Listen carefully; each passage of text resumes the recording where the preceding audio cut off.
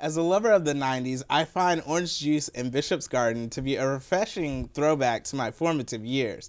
A high school version of Salute Your Shorts for the modern era, but regardless, a binge-worthy series. Otessa Ghadar, thank you for coming on Picture Lock and welcome to the show. Thank you so much for having me. It's a pleasure to be here. It's my pleasure.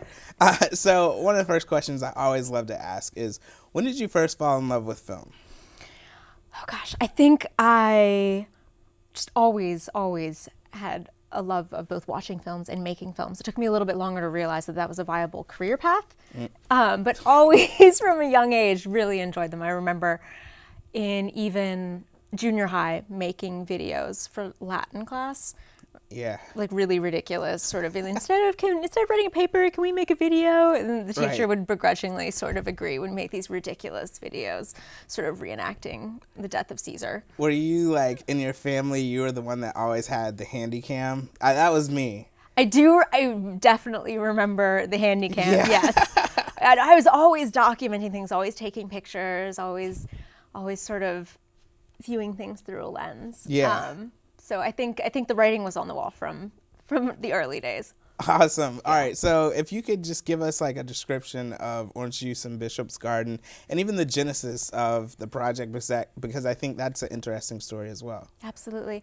In terms of Orange Juice and Bishop's Garden, I think our tagline is growing up, getting down, and coming out in the grunge era. So it's about being a teenager in web series form, but in the very last generation before the invention of the internet. I really liked this idea of doing a web series, which was very sort of new and cutting edge, about the last generation that was still sort of analog, which is, kind of my generation. Right. And I think I saw my brother and sister, growing up post-internet and seeing how that was like really different. And I thought, it'd be really cool if we had something that bridged that gap in a new format. Yeah, and I think it really does that because, I mean, like, that was my middle school, high school, Yeah. So I totally relate to the characters and just, like, how everything looks. And I can really geek out on this whole thing. But I guess in terms of actually creating, what made you want to go for I guess you kind of just explained, but the 90s. And I think one of the things that you really hit is, like, the look and feel. Mm-hmm. So it's a time piece, like an era, genre, but like how do you hit all of that in terms of the look, the clothes, the wardrobe, the music? I mean, certainly with great difficulty. It's funny when you say, oh, it's a period piece, but it's, it still is a period piece. It's just not that far ago. Yeah. I know. But definitely there was a lot of sort of binge collecting old phones, corded phones, rotary phones, just trying to make sure that everything was in keeping. Fortunately, I have some hoarding tendencies that were then helped by all of my friends. When people know that you're looking for stuff from the period, and they're like, oh, well, I've got this, you can, so that was certainly very helpful. And the music, I had been a DJ through high school and also through college, so the music was something that I really had an affinity for of that time, because I remembered sort of fondly the soundtrack to growing up and having the opportunity to spotlight bands that maybe were a little bit more kind of left of the dial. That was great for me, to be able to reach out to bands that I liked and say, hey, would you be interested in being in this show? So that was really fun too. Right. That's awesome. Yeah. So you created this when you were in college, correct? I created this when I was in grad school. Okay. And it actually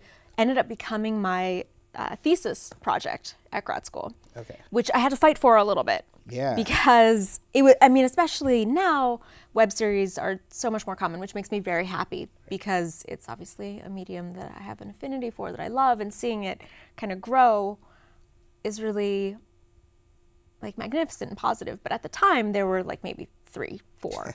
And I don't think I would have ever really have thought of the idea if it weren't for the fact that Marshall Herskovitz of Quarter Life actually came to my film school and talked to us. And being my so-called life fanatic from a young age, and then seeing him speak was just really fantastic. And I really enjoyed the Quarter Life kind of experience that was built. So I knew we had always heard at film school about the decline of the box office and like what that meant.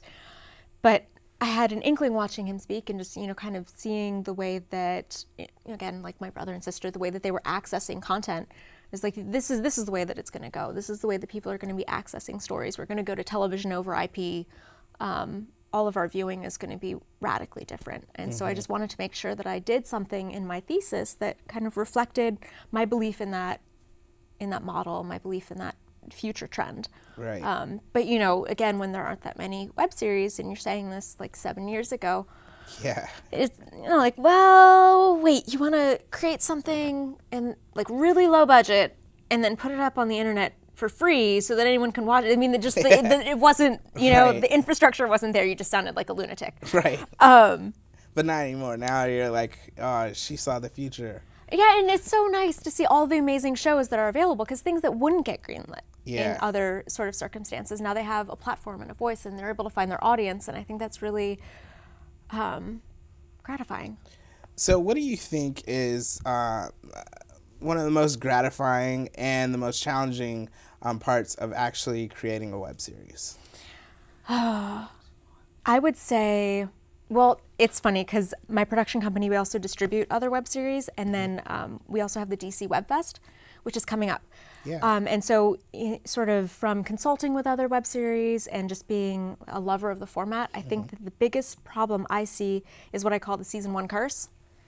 Just getting more than one season is probably the biggest challenge. You just constantly,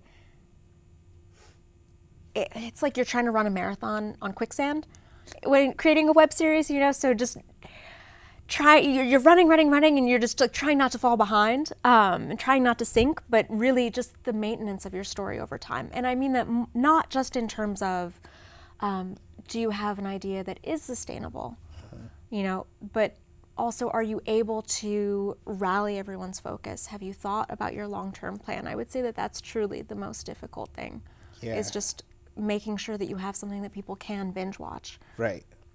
And I guess I still want to know what you think is the most gratifying part of it. But that was one of the questions I was going to ask, which is, what do you think that people that are coming up with, I want to do a web series, I think you really hit the nail on the head of just making sure that you have enough written so that you'll be able to continue, because I think that's one of the keys. Binge watching is like incredible. So okay, really quickly before we have to stop, what's the most gratifying part of OJBG? Oh, that's such a hard question, because there are so many. I mean, there are so many moments and experiences that have been so gratifying. But I would probably say the fact that at the end of it, at the end of 7 years and 7 seasons, that I was able to actually write a final episode, which was terrifying and magnificent and all of these things, to know that you've built something that you've actually been able to see through, and that you've been able to keep all of these amazing people around you through the show. That we had so many of the same actors there and so many of the same crew people there that believed in what we were building. So at the end, I think the thing that was the most gratifying is that, as much as it was a coming of age story, I think in the end it ended up writing all of us, or at least certainly me. I felt like it was a story that had written me as much as I had written it. And that was really powerful.